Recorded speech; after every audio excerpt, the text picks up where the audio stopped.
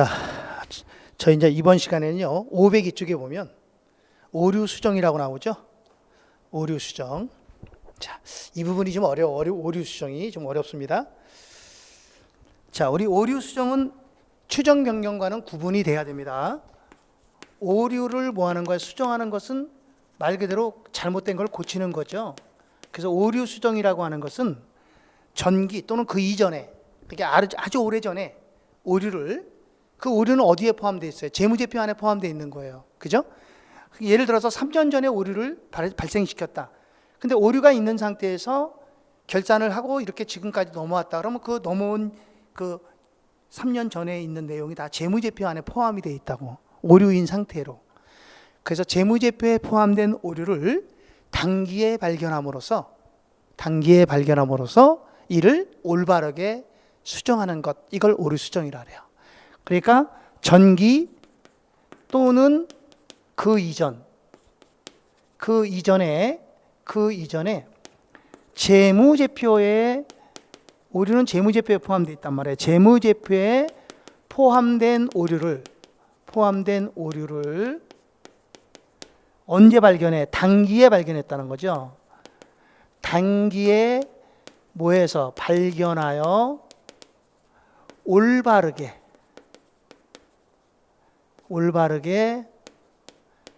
수정하는 거. 자, 이것을 우리는 오류 수정이라고 해요. 그러니까 그동안에 잘못된 것을 올바르게 고친다, 이렇게 보시면 되고요. 두 번째, 그러면 이러한 오류는 어떤 오류가 있느냐라고 하는 거예요. 오류에는 상당히 많아요. 오류는 뭐 제일 먼저 안 쓰겠습니다. 쓸까 그냥? 기준 적용의 오류. 기준 적용을 잘못했다. 무슨 말이냐? 선의선질법 또는 가중평균법이라고 해야 되는데 후입선질법으로 했다는 거예요. 그럼 그건 오류잖아요. 그게 기업에게 기준을 잘못 적용한 거죠. 그런 오류. 그 다음에 추정의 오류, 추정치의 오류. 아마 가장 많은 게 계산상의 오류일 것 같아요. 계산상의 오류. 그러니까 뭐 예를 들어서 10,000원이라고 해야 되는데 1,000원이라고 했다는 거죠. 잘못했잖아. 그런 오류를 얘기하는 거고요. 네 번째는 뭐 계정 과목이 잘못 설정했다. 계정 과목의 오류. 네. 뭐예요? 예를 들면 뭐 소모품비 그래야 되는데 뭐 수선비 그랬다든가. 그죠? 뭐 소모품 그래야 되는데 비품 그랬다든가. 오류잖아요. 그런 오류를 얘기하는 거죠. 하나만 더 정리할까요? 하나 더. 사실의 누락 및 사실의 누락 및 오용. 사실을 누락하는 것은 회계 거래가 발생했는데 장부 기장을 안 했다는 거고요. 오용이라는 것은 잘못 이용했다는 거예요. 잘못 이용함으로써 수정하는 거죠. 오류는 굉장히 많은 게 중요한 건 아닙니다. 자, 세 번째. 그럼 오류는 어떻게 회계 처리할 거냐? 오류에 대한 회계 처리는 얘는 전진법을 써요. 아니요, 미안합니다. 소급법을 적용해야 돼요. 무슨 법이라고요? 소급법으로 해야 됩니다. 오류는 소급 적용한다. 여기서 소급 적용이라고 하는 것은 어떻게 적용하는 거죠? 과거를 소급하여 적용한다. 그러니까 다시 말하면 오류가 발생했지만 오류가 발생하지 않은 것처럼 적용해야 된다, 이 소리예요. 과거를 소급 적용해야 되고, 두 번째, 전기 오류로 인해서 전기 오류, 수정 손익, 수정 이익 또는 손실이 발생할 수 있어요. 이 전기 오류, 수정 이익이나 손실은 절대로 단기 손익으로 보고하면 큰일 납니다. 안 됩니다. 왜? 이거는 전기분이기 때문에 단기분하고 달라요. 그래서 단기 손익으로 보고하면 안 되고요. 예, 여기는 어떻게 해야 돼? 전기 오류 수정 손익은 전기 2월 이익 잉여금에서 뭐한다? 가감한다. 수정한다. 더하고 뺀다. 전기 수정 이익이면 2월 이익여금에다 더하고 손실이면 빼고 그렇게 하는 거죠. 뭐랑 똑같아요? 우리 아까 회계 정책 변경에서 누적 회계 변경으로 인한 누적 효과가 나오면 그 누적 효과는 전기 2월 이익에서 더하고 빼고 하잖아요. 그거 똑같습니다. 자, 마지막 세 번째는요. 이렇게 전기 오류 수정 손익이 생기면 전기 2월 이익잉여금이 달라져요. 금액이. 그러니까 어떻게 돼? 재무제표를 다시 작성해야 돼. 그래서 기초 재무제표는 재작성한다. 네. 그래서 소급법은 어려운 거예요. 소급법. 근데 과거로 소급 적용할 수 없을 때는 어떻게 할 거냐? 그럼 그때는 전진법을 써요. 그때 이것도 마찬가지예요. 그렇게 쓰면 됩니다. 네. 됐죠? 그럼 이게 무슨 말이냐면 이런 얘기입니다. 보세요. 예를 들면 여기가 단기입니다. 단기. 자, 1년, 2년, 3년. 자, 여기서 작년에 결산해서 전기 2월 이익 잉여금이 500원이 생겼어. 넘어왔어, 이게. 전년도에 결산해서 넘어온 게 500원이에요. 그리고 여기 단기 말에 가서 단기 순이익은 1000원이 생겼어요. 그러면 이번에 우리가 처분해야 될 금액은 얼마냐 이 소리죠. 미처분 이익잉여금은 얼마인가? 그러면 두 개 더하는 거 1,500원이 됩니다. 이게 미처분이에요. 그런데 문제는 뭐냐면 3년 전에 여기서 오류가 있었어요. 이익 오류 100원이 있었습니다. 그러니까 이익이 100원이 됐는데 그 이익을 여기서 누락을 시켰다는 거지. 누락을 시킨 채로 넘어왔어. 이렇게 넘어오고 또 넘어오고 이렇게 넘어왔다는 거야. 이해갔습니까? 그런데 이 오류가 계속 발견이 안 되다가 단기, 여기서 발견이 됐다는 거야. 단기에 이것을 발견했다 이거예요. 그럼 이 100원을 어디에서 수정해야 될 거냐 이 소리지. 이 100원을 전기 2월 이익잉여금에서 수정해야 되냐, 당기순이익에서 수정해야 되냐 이 소리예요. 물론 이익이니까 더하면 돼요. 여기다 더하든 여기다 더하든 더하면 됩니다. 손실이면 빼면 되는 거고. 그럼 어디서 수정해야 되냐? 이거 절대로 얘는 여기서 수정하면 안 돼요. 이건 단기 손익이 아니잖아요. 전년도의 손익이잖아요. 그것이 누락돼 갖고 지금까지 넘어온 거죠. 그러니까 이 100원을 여기서 수정해야 돼. 만약에 이 오류가 100원이 오류가 발생하지 않았었다면 어떻게 될까요? 여기서 이익이 100원만큼 늘어나서 넘어왔겠지. 이게 늘어나서 있을 거라고. 근데 오류 때문에 안 늘어졌으니까 지금이라도 여기다가 100원을 더해줘야 되는 거야. 이거를 뭐라고 하냐면 오류가 발생하지 않은 것처럼 적용하라 이 얘기야. 그러려면 어떻게 해야 돼? 우리가 여기서 지금 오류가 발생하지 않은 것처럼 적용하려면 여기서 오류가 발생된 요일로 넘어가야 돼? 이렇게 넘어갈 수가 있어 지금? 뭐 과거 타임머신 타고 넘어가나? 그거 갈 수가 없잖아요. 그죠? 그러니까 이거를 적용하는 건 어디서 적용하면 돼? 그 전에 넘어왔던 전기 2월 이익잉여금을 수정하게 되면 오류가 발생하지 않은 것처럼 된다 이 소리예요. 이걸 소급 적용한다 이렇게 얘기하는 겁니다. 알았죠? 예. 그래서 여기서 수정하는 거야. 그럼 미처분 이익잉여금은 1,500원이 아니라 1,600원이 되겠죠. 당기순이익은 수정하면 안 돼요. 자, 그다음 네 번째 오류의 유형. 이게 중요합니다. 오류의 유형. 오류의 유형은 어떤 유형이 있냐 이거죠. 일단 크게 보면 재무상태표 오류가 있고 손익계산서 오류가 있어요. 재무상태표 오류라는 건 뭐냐면 자산, 부채, 자본의 오류. 손익계산서 오류는 수익과 비용에 대한 오류. 네. 그렇게 크게 보면 두 가지인데 이 두 가지 오류 중에는 당기순이익에 영향을 주는 오류가 있고 당기순이익에 영향을 주지 않는 오류가 있어요. 이렇게 두 가지가 있습니다.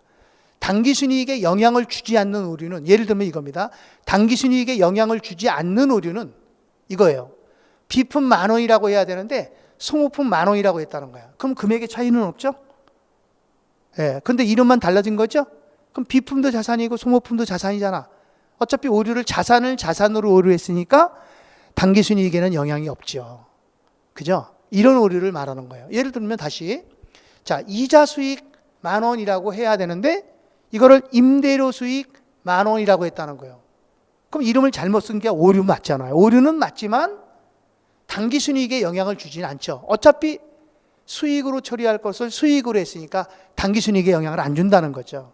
그런 오류를 당기순이익에 영향이 없는 오류라고 한다는 거죠. 이해갔습니까? 예. 근데 여기서 중요한 건 뭐냐면 당기순이익에 영향을 주는 오류가 중요하다는 거예요. 당기순이익에 뭐라고요? 영향을 주는 오류.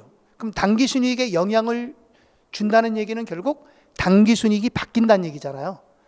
자, 결산 결과 당기순이익이 10만 원이 나왔다. 그런데 오류가 있었다. 그 오류가 당기순이익에 영향을 주냐 안 주냐 이거거든요.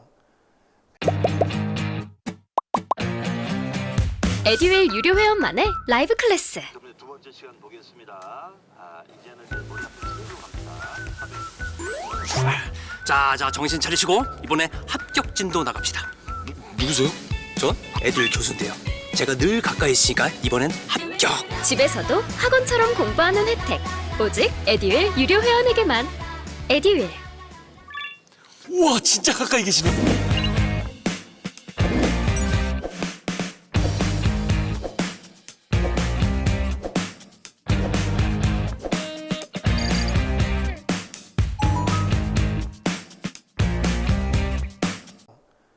자, 그래서 당기순이익에 영향을 주기 위해서는 일단 과대계상되거나 과소계상되거나 그러면 됩니다.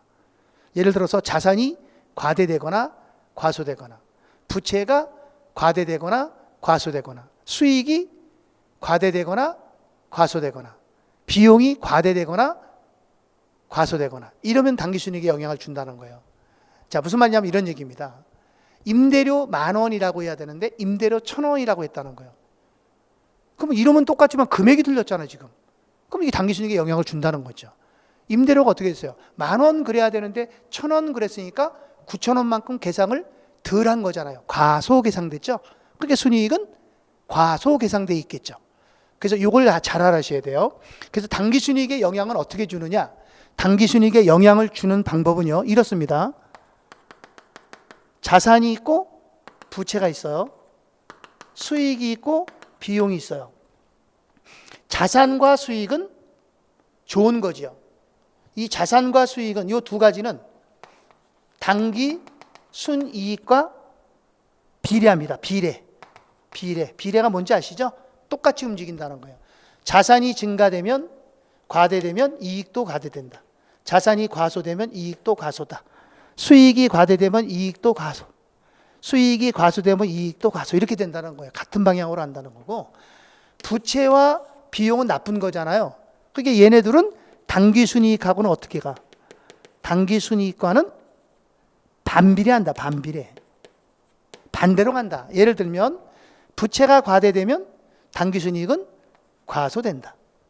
부채가 과소되면 당기순이익은 과대된다. 비용이 증가하면 당기순이익은 준다. 비용이 감소하면 당기순이익은 는다. 이렇게 된다는 거죠. 이거 외울 것도 없잖아요.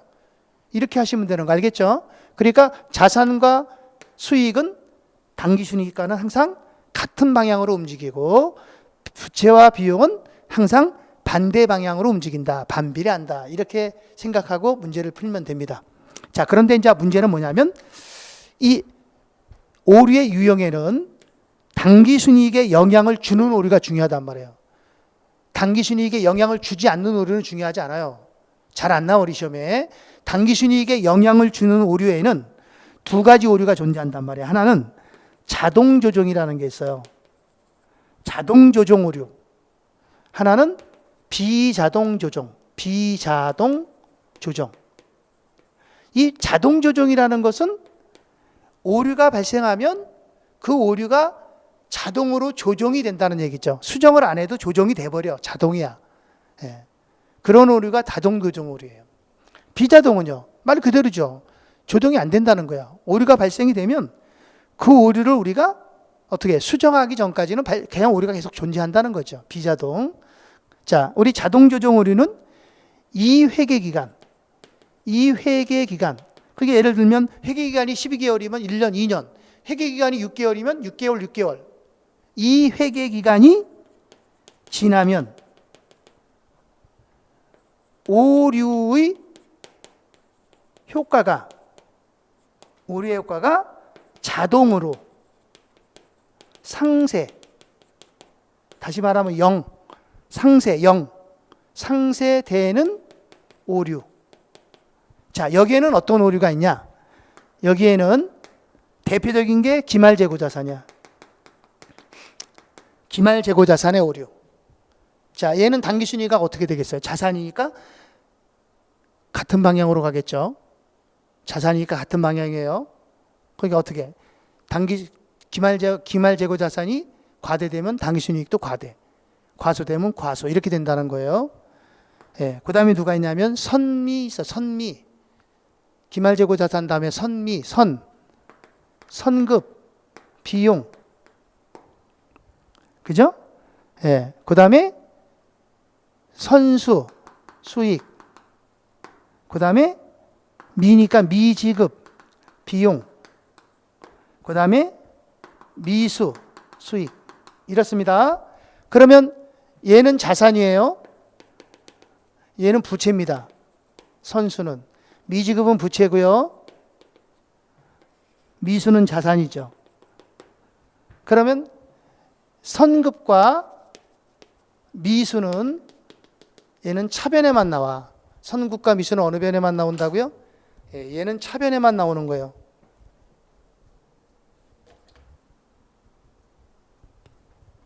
자, 그 다음에 선급과 미수는 자산이니까 차변에 나오고, 선수와 미지급, 그러니까 선미죠, 선미. 차변의 선미는 선급 미수, 대변의 선미는 선수 미지급. 그래서 얘네들은 당기순이익하고 같은 방향, 비례하고, 얘네들은 당기순이익하고 반비례하고 이래요. 아셨죠? 그렇게 보셔야 돼요. 예. 요거만 잘 하시면 될 것 같아요. 요 정도만. 예. 그 다음 비자동 조정. 비자동 조정이라고 하는 것은, 비자동은 어떻게 그냥 자동 조정이 안 된다는 얘기죠. 이거는요. 그래서 이걸 우리는 영구적 오류라고 돼요. 영구적 오류. 그냥 영구적 오류라고도 합니다. 사실은 영구적은 아닌데 그게 오류가 계속 있다는 거죠. 해당 오류가 장부상에서 제거되면 없어지는 거야. 그때 없어지는 거야. 계속 유지가 되는 거야. 1년이고 2년이고 3년이고 계속 있다가 오류를 발생시켰던 개정 과목이 장부상에서 제거됐다. 그러면 오류도 같이 제거돼 버려. 수정을 안 해도. 예, 그런 오류를 얘기하는 거예요. 대표적인 게 누구냐? 대표적인 게 감가상각비예요. 자, 어떻게 생각해요? 감가상각비는 어떻게 될까? 당기순이익하고는 반대 방향으로 가겠죠? 당기순이익, 감가상각비가 과대되면 당기순이익은 과소. 감가상각비가 과소되면 당기순이익은 과대. 비용이니까 그걸 잘 알아야 돼. 과대과소를 잘 생각해야 돼요. 감가상각비에 대한 오류가 있고요. 그 다음에 누가 있냐면 자본적 지출을 수익적 지출로 했다는 게 있어. 자본적 지출을 뭐로? 수익적 지출. 이게 무슨 말이냐면 자본적 지출은 자산이야, 자산. 자산을 수익적 지출, 비용으로 했다는 거죠. 그러니까 자산으로 해야 되는데 비용으로 처리했다는 거예요. 그러니까 어떻게 되겠어요? 자산은 과소계상되고 비용은 과대되겠죠. 그러면 당기순이익은 과소되겠죠. 줄어들겠죠. 그런 오류가 비자동 조정입니다. 예를 하나 들어드릴게요. 예를 들면 이렇습니다. 자동 조정에 대한 오류는, 자, 예를 하나 들어볼게요.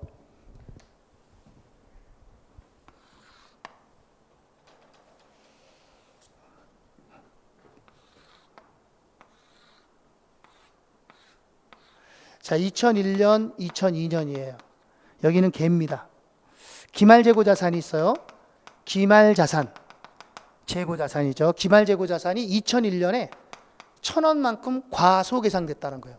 그럼 이익도 과소됩니다. 이익도 과소가 되는 거야. 다시 요거 설명을 요거 말고 다른 설명을 하나 더 하고 난 다음에 합시다.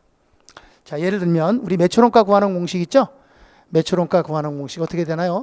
기초재고액 플러스 매입액 마이너스 기말재고는 이꼴 매출원가잖아요. 요식 아시죠? 네, 여기에서 매출원가의 크기에 따라서 매출 이익의 크기가 반대 방향이죠. 자, 우리는 기초재고액과 매입액을 판매 가능한 금액이라 그러고 기말재고는 안 팔린 거고 매출원가가 과대계상되면 이익은 과소계상됩니다. 매출원가가 과소계상되면 이익은 과대계상되죠. 서로 반대 방향으로 나타난다. 자, 예를 들면 보겠습니다. 2001년에 기초재고가 100원이 있었어요. 플러스 매입액은 900원. 그럼 판매 가능한 금액은 1,000원이잖아요. 여기서 기말재고가 200원입니다. 기말재고가 얼마라고요? 200원. 기말재고가 200원이야. 자, 그러면 계산하면 얼마 나오죠? 800원. 이렇게 되겠죠? 200원이니까. 그죠? 지금 오류가 생겼잖아요. 기말재고가 얼만데? 200원인데 제가 여기다 얼마 썼어요? 300원이라고 썼잖아. 그게 오류라는 얘기야, 이게. 사람이 오류를 알고 오류하는 게 아니잖아. 모르고 상태에서 오류하는 거잖아요. 200원으로 생각하고 숫자는 300원이라고 썼어. 그러니까 계산은 또 정확하게 했네. 그죠? 그럼 여기서 어떻게 됐어요? 매출원가가 지금 100원만큼 어떻게 됐어? 매출원가가 100원만큼 과대됐어요? 과소됐어요? 과소됐잖아요. 녹화된 강의는 나중에 몰아듣게 되더라고요. 라이브 클래스 같은 경우는 학원 스케줄에 맞춰서 꼭 들어야 하니까 공부도 미루지 않게 되고 학원에 가 있는 느낌이 들더라고요. 집에서도 생생한 강의 현장을 느끼고 싶다면 라이브 클래스가 딱인 것 같아요. 떨어졌잖아요. 이게 원래 800원이라 그래야 되는데 700원 이렇게 됐죠? 그럼 얘가 이익은 어떻게 됐어? 이익은 100원만큼 과대 계상된다는 거야. 그래서 2001년에는 이 기말재고를 오류를 하게 되면 과대했으니까 이익도 과대가 된다는 거야, 이게. 자, 그런데 이게 이제 2002년으로 넘어갑니다. 자, 2002년이에요. 2002년에 기초재고는 얼마예요? 기초재고는 얘가 넘어오는 거야. 전년도의 기말이 당기의 기초야, 300원. 플러스 매입액은 1,000원이야. 마이너스 기말재고는 200원이야. 얼마라고요? 200원. 자, 200원. 정확하게 썼죠? 눈니꼴. 매출원가는 얼마야 그러면? 1,100원. 이렇게 됐다는 거죠. 더해서. 그럼 여기에는 오류가 있습니까? 없습니까? 2002년에 오류가 있나요? 없나요? 오류가 있죠? 있어요? 없다 그러면 안 돼요. 왜? 2001년도 기말재고가 오류됐잖아. 근데 이 오류가 그대로 여기 와서 기록이 됐잖아. 그게 이거 오류지. 얘가 오류가 된 거야. 그대로 기록을 했으니까 이게 오류야. 그죠? 그리고 여기가 지금 오류가 된 거야. 얼마만큼 오류됐어? 원래는 여기 200원 그러면 1,000원 돼야 되는데 1,000원만 100원이 어떻게 된 거야 지금? 과대 계상됐죠? 매출원가가 과대됐단 말이야. 정상적으로 하면 여기에 1,000원 돼야 된다고. 매출원가가 과대되면 이익은 어떻게 돼? 이익은 과소되지. 이렇게 1년, 2년이 지나니까 기말재고, 2001년에 기말재고 자산이 100원만큼 오류 계상됐지만 2002년에 와서 100원만큼 다시 어떻게 돼? 상세가 되죠. 그래서 2001년에 100원이 과대 계상됐고 2002년에는 100원이 과소 계상돼서 1년, 2년을 합치면 오류의 영향이 빵원됐다는 거죠. 상쇄됐다는 거. 이런 걸 우리는 자동 조정이라 그래. 우리 수정 안 했잖아요. 오류를 그냥 그대로 썼잖아요. 그죠? 예, 이게 수정 안 했는데 그대로 돼. 그래서 항상 자동 조정 오류는 해당 연도에 과대되면 다음 연도에 와서는 과소가 되고 그리고 제로가 되는 거죠. 자, 그래서 이제 이걸 다시 한번 정리하면 다시 한번 문제를 한번 풀어드릴게요.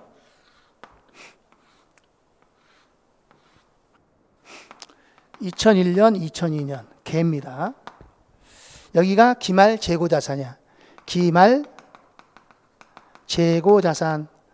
자, 2001년에 1,000원만큼 과대가 됐다. 그러면 얘는 자동으로 뭐라고 넘어와? 여기 와서는 1,000원만큼 과소가 됩니다. 과대가 되면 그 다음에는 과소가 되는 거예요. 항상. 그러면 걔는 영향이 없는 거죠. 당기순이익에 미치는 영향한테 제로가 된 거예요. 이제. 그 다음에 2001년에는 여기 넣고 2002년에는 500원만큼이 과소 계상됐어요. 그럼 얘는 언제 가서 없어져? 다음 연도 2002년에 가야 없어지는 거야. 근데 2002년은 아직 안 나왔잖아. 내년이잖아. 그게 2003년에, 여기 2002년이니까 2003년에 없어져. 근데 지금은 2002년이니까 아직 안 없어지고 있다고. 그래서 2002년에는 그냥 그대로 500원이 과소로 그냥 그대로 남아있는 거야. 얘는 과대, 과소, 제로 되지만 얘는 과소니까 그냥 걔는 이렇게 500 과소가 되는 거죠. 자, 그런데 이제 감가상각비라는 게 있어요. 감가상각비에 대한 오류야. 감가상각비에 대한 오류는 비자동이죠. 비자동은 움직이면 안 됩니다. 오류가 발생된 장소에 그대로 남아있는 거예요. 그대로 있는 거예요. 움직이는 거 아닙니다. 자, 그러면 비자동이니까 보세요. 2001년에 감가상각비가 700원만큼 과대됐다. 감가상각비가 700원만큼 과대 계상됐다. 그러면 순이익은 어떻게 돼? 과소됐다. 반대로 쓰라고. 아까 반대라 그랬죠? 비용은 뭐야? 비용은 반대라고 그랬어. 비용은 반대로 쓰는 거야. 자, 그리고 얘는 넘어오지 않아. 그냥 그대로 있는 거야. 과소 그러고. 그 다음에 2002년에는 300원만큼 또 과대가 됐다는 거야. 과소가 됐다는 거야. 과소. 300원 과소됐다. 그럼 어떻게 해야 돼? 여기는 과대됐다. 이렇게 쓴다는 거죠. 그럼 걔는 얼마가 돼? 700원 과소, 300원 과대니까 400원만큼 과소가 되겠죠.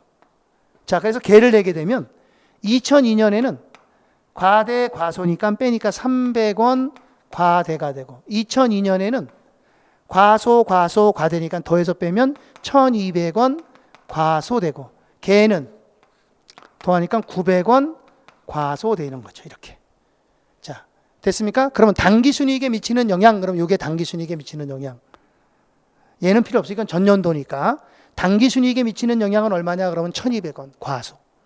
그럼 얘는 뭐냐? 얘는 이익잉여금이, 요거는 당기순이익에 미치는 영향이고요. 요거는 잉여금에 미치는 영향, 이익잉여금에 미치는 영향, 이렇게 됩니다. 당기순이익에 미치는 영향과 이익잉여금에 미치는 영향, 그렇게 돼요. 자, 그럼 우리 요 문제를 일단 좀 더 풀어보고, 그리고 또 정리를 한번 하는 걸로 하겠습니다. 어디 보시냐면요.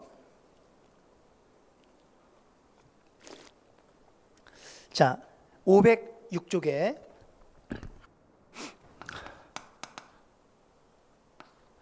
506쪽에 4번 볼까요? 4번 보겠습니다. 자, 한국은 12월 31일 결산한다. 근데 2003년 7월 1일에 1년분 임대료 12만 원을 현금을 받아서 전액 2003년도 수익으로 처리했다. 자, 보세요. 이거거든요. 여기가 7월 1일, 여기가 12월 31일, 여기가 6월 30일이야. 1년이니까. 그럼 여기가 2003년이고 여기는 2004년이죠. 1월 1일이니까. 그죠? 그럼 여기서 12만 원을 받았다는 거 아니에요? 근데 이걸 다 수익으로 처리했다는 거 아닙니까? 그죠? 수익으로 다 처리한 거 아니야? 물론 결산은 여기가 결산이 12월이니까 이렇게 돼 있는 거야, 지금. 자, 원래는 어떻게 해야 돼요? 여기서 7월 1일 날 집세를 임대료 1년분을 받으면 이게 1년치니까 여기까지 준 거 아니야? 받은 거잖아요. 그러면 여기서 여기까지가 12만 원이니까 여기 6만 원, 여기 6만 원 이렇게 정리를 해야 된단 말이에요. 이해갔죠? 예, 정리를 이렇게 6만 원 여기 수익 여기 6만 원 이렇게 수익을 나눠줘야 되는데 이걸 안 나눴다는 거야. 그래서 2003년 당기순이익으로 2003년에 당기순이익이 얼마 나왔어? 50만 원 나왔고 2004년에 당기순이익은 얼마 나왔어요? 70만 원으로 보고됐다는 거 아니야. 그럼 이거 잘못됐잖아요. 어떻게 해야 되지? 요 당기순이익을 12만 원을 다 이익으로 봤으니까 6만 원만큼은 당겨서 빼야지. 여기 2003년에서는 6만 원 빼주면 2003년에는 이익은 44만 원이 돼야 되고 2004년에는 6만 원만큼 더해줘야지. 그러면 76만 원 되겠지. 이렇게. 그래서 당기순이익은 얼마가 나오냐 이건 물어보는 거예요 지금. 됐죠? 이 정도만 알면 될 것 같고요. 당기순이익은 2003년의 당기순이익은 44만 원, 2004년의 당기순이익은 76만 원이 된다. 자, 06번 보겠습니다. 06번. 자, 05번은 안 하셔도 됩니다. 06번. 자, 6번은 이걸 먼저 좀 그려볼까요? 이걸 먼저 그려보세요. 그려가지고 천천히 한번 계산해 볼게요. 2003년 4년이죠? 요거 2003년이고 여기가 2004년이야. 개. 그럼 여기가 전기고 여기가 단기예요. 이 얘기예요, 지금. 자, 보겠습니다. 다음 중 오류가 2004년 당기순이익과 이익잉여금에 미치는 영향 그랬어요. 박스 안에 보니까 오류가 두 개죠. 기말재고자산이 있고 감가상각비. 기말재고자산은 자동조정.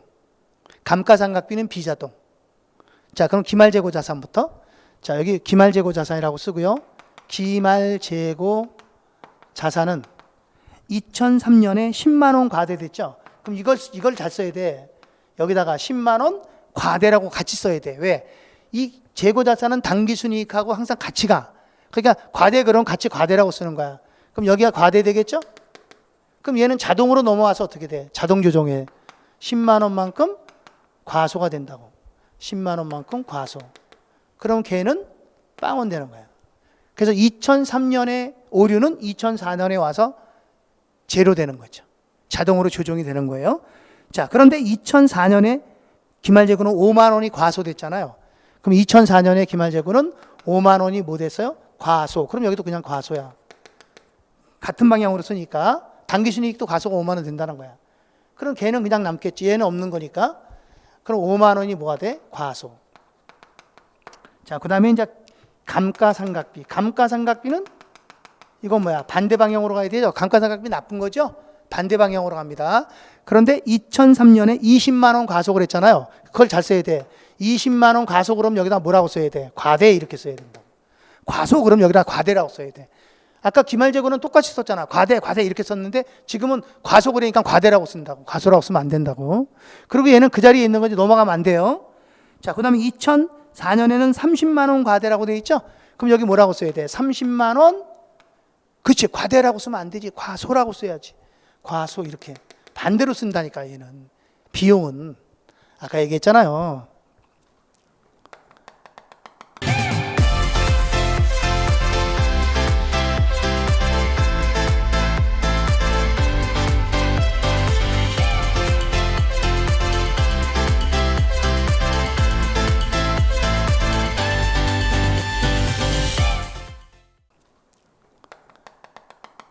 자산과 수익은 당기순이익하고 똑같은 방향으로 써. 과대 그러면 과대라고 쓰고 과소 그러면 과소라고 쓰고.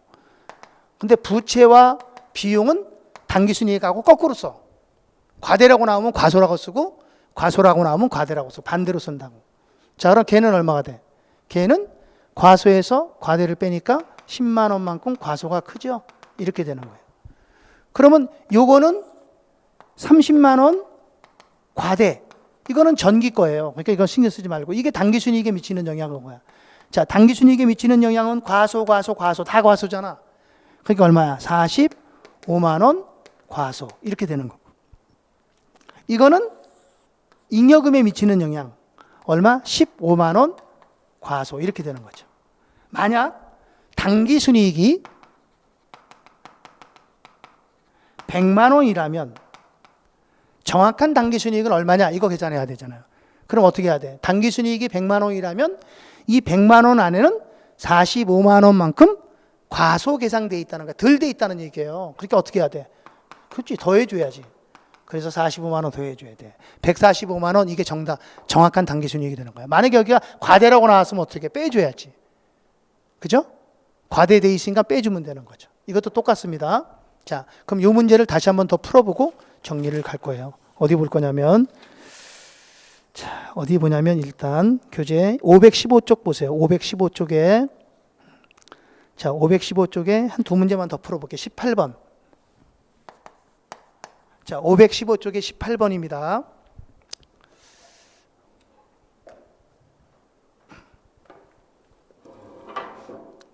(2003년 4년이라고 되어 있죠? 네, 그러면 여기가 2003년, 여기가 2004년. 개. 자, 읽어볼게요. 한국은 회계 기록을 검토한 결과 다음 같은 오류가 있었음을 발견하였다. 아래와 같은 오류가 2004년 당기순이익에 미치는 영향은 얼마냐? 이거 당기순이익 이익여금에 미치는 영향 그랬죠? 자, 박스 안에 보니까 오류가 하나밖에 없죠? 이건 쉬운 거야, 하나니까. 기말재고 자산만 있잖아요. 이거 자동 조정이잖아요. 그러면 기말재고액, 기말재고. 자, 기말재고액은 2003년에 7,000원 과소죠. 그러면 기말재고는 7,000원 뭐예요? 기말재고는 당기순이익하고 같이 가요. 그러니까 그냥 그대로 똑같이 쓰면 돼. 얼마라고? 과소. 그럼 여기 넘어와서는 7,000원 뭐야? 과대, 빵 이렇게 된단 말이야. 자, 그 다음 2004년에는 만 원이 과대죠. 그럼 여기다가 2004년, 여기는 없는 거니까 여기는 만 원 뭐라고 써? 과대. 과대라고 돼 있으니까 과대. 걔는 그냥 만 원 과대지 뭐. 만 원 과대. 그럼 당기순이익에 미치는 영향은 두 개야. 얼마야? 17,000원 과대. 이익여금에 미치는 영향은 만 원 과대. 이게 답이죠. 17,000원 과대, 만 원 과대. 자, 이렇게 됩니다. 만약 만약에 문제에서 이래요. 당기순이익이 10만 원이라면 정확한 당기순이익은 얼마냐 이렇게 물어볼 수 있어요. 그럼 이때는 어떻게 해야 돼? 요 10만 원 안에 17,000원만큼 과대돼 있다는 거야. 너무 많다는 거죠. 그러니까 어떻게 해야 돼? 17,000원을 빼줘야 돼요. 빼줘야 됩니다. 그럼 얼마? 83,000원. 이게 정확한 당기순이익이 되는 거예요. 자, 19번까지 갑니다. 19번까지.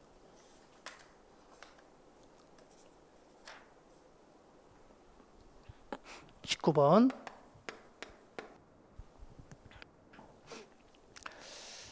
자, 이것도 한번 그려볼까요? 2003년, 2004년.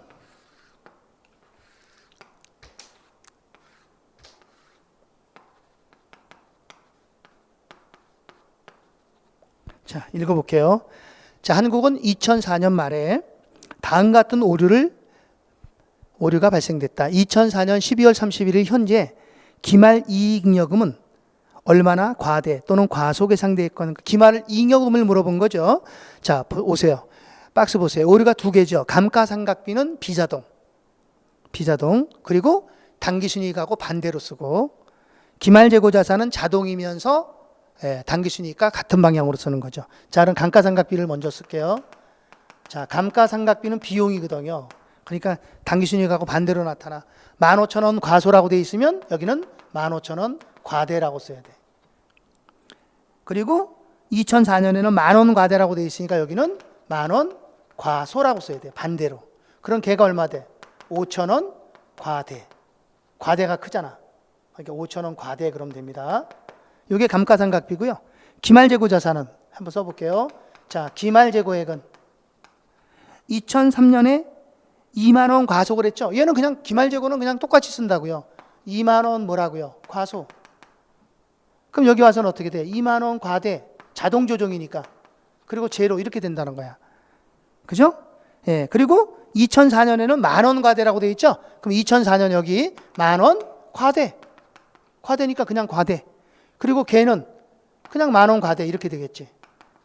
어떤 사람은 여기다도 과소라고 써.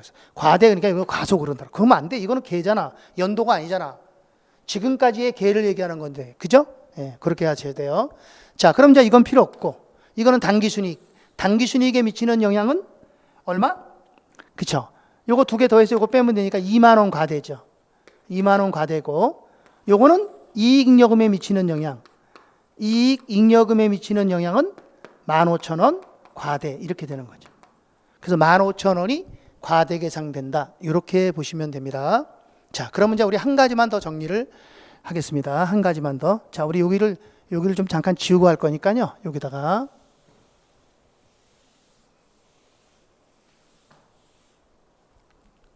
(5번에) 요게 좀 어렵습니다. 어렵다 이게. 당기순이익의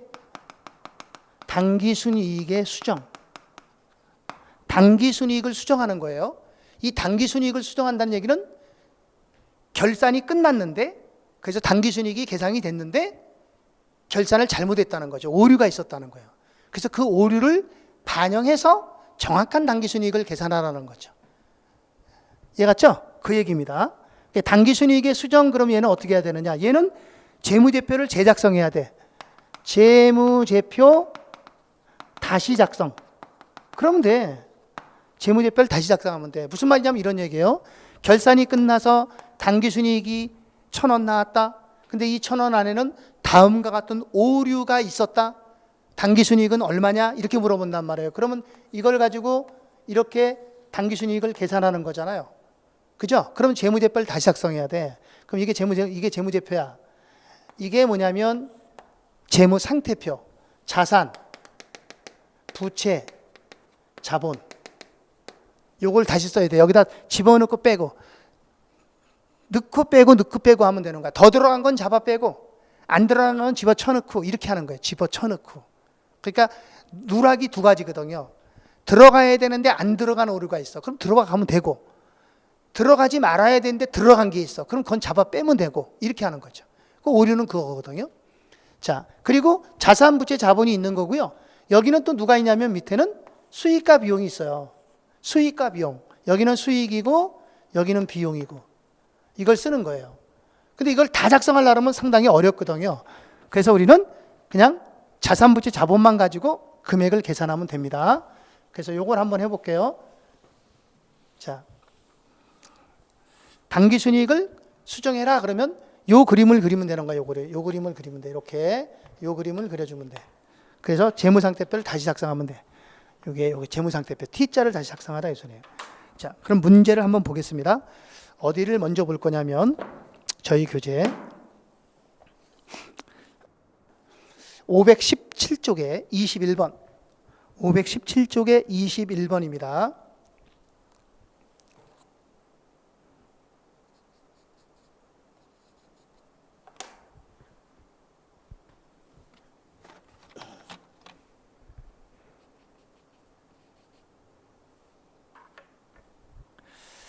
자, 21번에 문제 볼게요. 2001년 말 결산 수정 사항을 반영한 당기순이익이 107만 원이었다. 근데 다음 결산 수정 사항을 반영한 후에 당기순이익은 얼마냐 이 소리거든요. 그러니까 지금 현재 결산이 돼서 당기순이익은 107만 원 나왔다 이 소리예요. 이걸 가지고 정확한 당기순이익을 다시 계산하라 이 얘기야. 그러면 우리가 재무제표를 다시 작성하면 돼. 자산부채 자본을 다시 작성하라 이 얘기예요. 그러면 됩니다. 자, 박스 봅니다. 어떤 게 누락이 됐나 그랬더니 자, 첫 번째 2001년 7월 1일 7월 1일이야. 2001년 7월 1일 여기가 7월 1일이죠. 7월 1일에 거래처에 현금 20만 원을 대여했어요. 아, 그게 여기서 지금 대여금이 20만 원이 생겼다는 거죠. 20만 원이 생겼는데 이거를 1년 후에 원금과 이자를 받기로 약정을 했대. 그럼 1년이면 6월 30일이지. 그죠? 여기서 대여금 얼마? 20만 원 받고 이자 얼마 받아야 돼? 1년이니까 이자 계산해야 되겠네. 그죠? 예. 7월 1일부터 6월 말이니까 예, 이자 계산해야 돼요. 그럼 이자 계산은 어떻게 해야 돼? 20만 원 곱하기 자, 거기 이율은 몇 퍼센트라고 돼 있어요? 9%라고 돼 있죠? 그죠? 곱하기 9% 그럼 얼마야? 18,000원. 그러면 18,000원 받으면 되는 거야, 이자를. 요거까지 이해 갔죠? 그런데 여기서 결산이 12월 31일이 결산이야. 그러면 7월 1일부터 12월 31일 6개월까지 얼마야? 9,000원. 그리고 여기서부터 여기까지가 9,000원. 이렇게 나눠 받아야 된단 말이에요, 이 이자를. 그러니까 돈은 여기서 받기로 했지만 이자는 여기 2001년도에 이 9,000원이 생겼잖아요. 이게 미수이자잖아요, 미수이자. 미수이자 9,000원 계산해야 되잖아요. 근데 이걸 여기 계산했다는 거야, 안 했다는 거야? 누락이 됐다는 거야. 그래서 미수이자가 여기 들어가야 돼. 미수이자 얼마? 9,000원이 들어가야 된단 말이야. 이해갔습니까? 미수이자가 9,000원이 들어가야 되고. 두 번째, 2001년 12월 1일 향후 1년치 보험료 24,000원을 현금으로 지급하면서 선급보험료로 회계 처리했대. 그러면 여기서 보세요. 12월 1일이면 여기에요. 12월 1일. 여기서 선급보험료 얼마? 24,000원 지급했다는 거 아니야. 몇 개월분? 12개월분. 그러면 나누기 12 그러면 한 달에 얼마씩이야? 한 달에 200원씩 지급한 거죠. 1년치를 줬으니까 다음 연도 12월 말까지 준 거 아니에요. 근데 한 달이 지났잖아요. 그럼 한 달이 지났으니까 200원만큼은 선급보험료가 아니라 보험료가 된 거지. 그러니까 선급보험료에서 200원을 어떻게 해야 돼? 빼야지. 선급보험료가 12,000원 그러면 안 되지. 24,000원 그러면 안 되죠? 여기 지금 이 안에 선급보험료가 24,000원이라고 돼 있단 말이에요. 근데 지금 200원 한 달은 지났으니까 12월 1일 한 달 지났으니까 선급보험료 중에 200원만큼은 보험료로 빼버려야 돼. 그래서 여기 선급보험료가 마이너스가 돼야 돼. 선급보험료 마이너스 얼마? 200원. 이렇게 된다고요. 자, 그럼 여기는 부채는 안 나왔으니까 부채에는 영향이 없는 거야. 그럼 자본은 어떻게 될까? 자본은 요거 계산하면 얼마예요?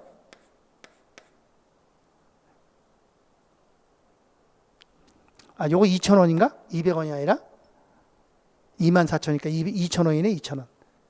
2,000원이죠? 마이너스 2,000원. 자, 그러면 여기 동하면 여기가 7,000원, 여기도 7,000원 되려면 자본이 7,000원 있어야 되잖아. 그럼 자본이 7,000원 증가하니까 이익도 7,000원만큼 증가하면 되지. 그럼 당기순이익은 얼마가 된다? 107만 7,000원이 되는 거죠. 이렇게 계산하시면 돼요. 아, 이거 복잡하죠?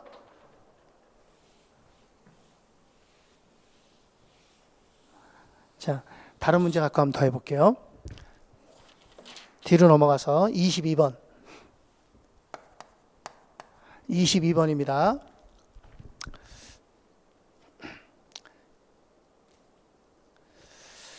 자, 22번은 나중에 심화태 풀어드리는 걸로 하고 23번 보겠습니다.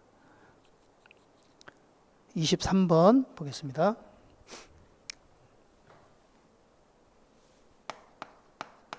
(23번에) 자, 읽어볼게요. 한국의 기말 수정 사항이 다음과 같을 때 기말 수정 붕괴가 미치는 영향으로 옳지 않은 것 그랬어요. 그럼 밑에 박스 보니까 두 가지가 지금 정리가 됐다는 거잖아요. 그럼 이것도 당기순이익은 얼마인지 모르지만 영향을 받는 거야. 재무상태표를 그리면 여기는 자산이 있고 부채가 있고 자본이 있겠죠. 그죠? 여기는 자산이 막 있어요. 부채도 여러 부채가 있고 자본도 여러 개가 있단 말이에요. 왜? 결산을 했으니까. 그런데 밑에 두 가지를 누락했다는 거야. 잘못 기장했다는 거야. 보세요. 기중에 구입한 소모품 10만 원을 소모품 B로 처리했다는 거야. 근데 현재 남아있는 소모품은 2만 원밖에 없다는 거야. 그럼 여기 지금 소모품 B, 여기는 소모품 B로 처리했으니까 보세요. 여기 손익계산서 비용에 여기는 수익이죠. 여기에 소모품 B가 얼마라고 되어 있다는 거야. 소모품 B로 처리해서 얼마를? 10만 원. 그런데 이 금액 안에는 뭐가 있다는 거야. 이 10만 원 안에는 소모품 미사용액이 2만 원 있다는 거죠. 그럼 여기 소모품이 2만 원을 써주고 여기서 2만 원을 빼야 되는 거야. 그럼 마이너스 2만 원 이렇게. 플러스 2만 원, 마이너스 2만 원. 그러면 시산표 합계 금액에는 영향을 주지 않는 거죠. 시산표 합계에는 영향을 안 주는 게 뭐야? 소성이라 그랬죠? 그 다음 당기에 발생한 미수이자 10만 원이 회계 처리가 안 됐대. 미수이자는 차변에 미수이자 들어가야지. 미수이자 자산이니까 차변의 미수이자가 10만 원. 그럼 얘는 반대쪽에 수익이 와서 이자 수익이 얼마가 돼? 이자 수익은 10만 원 이렇게 되는 거지. 그러면 시산표 합계에 영향을 주는 건 얼마만 영향을 줘? 10만 원만 영향을 주는 거야. 이렇게. 여기 10만, 여기 영향이 없으니까. 됐습니까? 됐죠? 예, 그럼 여긴 자본은 얼마가 돼? 자본은 12만 원 되는 거야. 2만 원, 10만 원, 이렇게 12만 원. 여긴 영향이 없고. 그럼 이익은 12만 원만큼 이익은 증가하게 되죠. 자, 그래서 물어보는 거예요. 뭐라 그랬어요? 옳지 않은 거. 1번에 당기순이익은 8만 원 증가한다. 틀렸죠? 당기순이익은 12만 원 증가하죠. 그죠? 12만 원 당기순이익이 증가하고. 자, 그 다음에 자, 답은 1번이 틀렸고요. 2번에 자산 총액은 12만 원 증가한다. 12만 원 증가하는 거 맞죠? 자산은? 요게 자산이야. 12만 원 증가하고. 부채는 불변한다. 맞고. 그 다음에 자본은 12만 원 증가한다. 맞고. 그 다음에 수정 후 시산표 대변 합계가 10만 원만큼 증가한다. 이게 수정 후 10만 원 증가하는 거죠. 요거 10만 원 증가하는 거예요. 12만 원 아니야. 10만 원 증가한다. 그렇게 보시면 돼요. 자, 여기까지. 자, 하나 더 할게요. 24번 하나 더 합니다. 24번. 예, 좀 어려우니까 24번을 보겠습니다.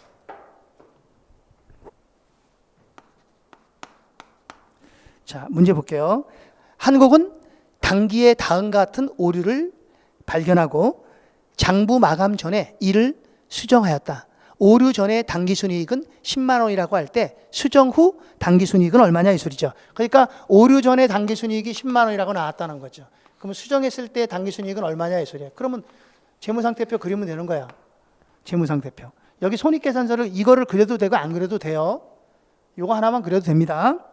자, 그러면 보세요. 이제 첫 번째 당기 7월 1일 수령한 선수 임대료 12만 원을 전액 임대료 수익으로 계상했다. 7월 1일이면 딱 반이잖아. 그죠?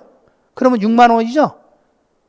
선수 임대료 12만 원을 전액 임대료 수익으로 하면 안 되죠. 그러니까 어떻게 해야 돼? 선수 임대료 6만 원, 임대료 6만 원 이렇게 나눠줘야지. 날짜가 7월 1일이니까. 7월 1일 날 12만 원 지급했대. 그럼 6월 말까지 지급한 거 아니에요? 그럼 여기에 지금 12월 결산이니까 당기분은 얼마야? 6만 원. 차기분 얼마야? 6만 원. 이거는 임대료고 이거는 임대료, 선수, 임대료 이렇게 되는 거잖아요. 그렇죠? 예. 그런데 선수 임대료가 지금 6만 원 여기 안 들어갔다는 거잖아. 그게 선수 임대료 붙이니까 대변에 선수 임대료 6만 원 써주면 돼. 그리고 임대료는 마이너스가 되는 거예요. 자, 그 다음에 다시 말하면 얘는 뭐예요? 부채의 증가, 수익의 감소 이렇게 되는 거지. 자, 그 다음 자, 단기에 발생한 미지급 급여 10만 원이 누락됐대. 미지급 급여는 부채죠? 대변에 써야지. 미지급 급여 얼마가 누락됐대요? 10만 원. 10만 원이 누락이 됐다. 자, 분개하면 어떻게 돼? 대변의 미지급 급여, 차변의 급여 이렇게 되는 거예요. 차변의 급여, 대변의 미지급 급여. 분개는 그렇습니다. 그 다음에 세 번째, 단기 발생 미수이자 4만 원 누락됐대. 그럼 미수이자는 자산이니까 차변에 쓴 거지. 차변의 미수이자가 4만 원. 그럼 대변에는 이자 수익 4만 원. 이 대변 거는 손익계산서에 들어가는 거야. 자, 그 다음에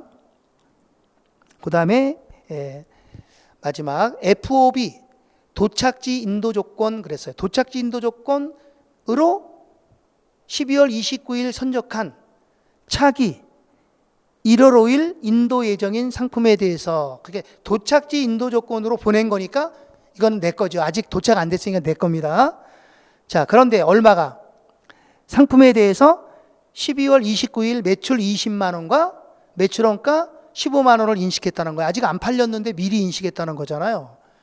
그죠? 그러면 안 되죠. 그럼 당기순이익이 지금 얼마? 5만 원만큼 늘어난 거지. 매출 수익이 20만 원이고 매출원가가 15만 원이면 여기서 이익이 5만 원 생겼죠? 그 5만 원만큼을 어떻게 해야 돼? 여기서 빼야 돼. 마이너스 5만 원 빼야 됩니다. 이렇게. 끝. 자, 그럼 어떻게 되죠? 마이너스 5만 원 빼야 되고, 자, 여기는 자산은 4만 원이죠? 그럼 여기도 얼마 돼야 돼? 4만 원 돼야 되죠? 그럼 여기 자본은 얼마가 돼? 자본은 얼마가 돼야 될까? 요거 더하면 16만 원이니까 이게 4만 원 되려면 마이너스 12만 원 돼야지. 그죠? 16만 원에서 얼마를 더했을 때 4만 원 돼야 돼. 그러니까 마이너스 12만 원 해야 4만 원 되잖아. 마이너스 12만 원. 그러면 이익도 12만 원만큼 줄겠죠? 그러니까 이익이 결국 얼마 줄어요? 10만 원에서 이거 두 개 주니까 17만 원이 줄지. 그럼 마이너스 7만 원 돼버리지. 그게 단기순이익은 단기순이익이 아니라 단기순손실이 나오는 거야. 단기순손실 나옵니다. 요거 아시겠어요? 요거 12월 29일 날 매출 20만 원 잡은 거, 매출원가 15만 원이고 이거는 아직 안 팔렸잖아. 그게 단기의 수익 비용이 아니란 말이야. 그러니까 이거를 빼줘야 돼. 그래서 이익 얼마를 빼야 돼? 5만 원. 5만 원만큼 여기서 빼야 돼. 그렇게 계산을 하셔야 돼요. 자, 그러면 저희는요, 조금 쉬었다가 남아있는 문제 몇 문제만 더 풀고 그리고 이어서 진도를 나가는 걸로 할게요. 조금만 쉬겠습니다.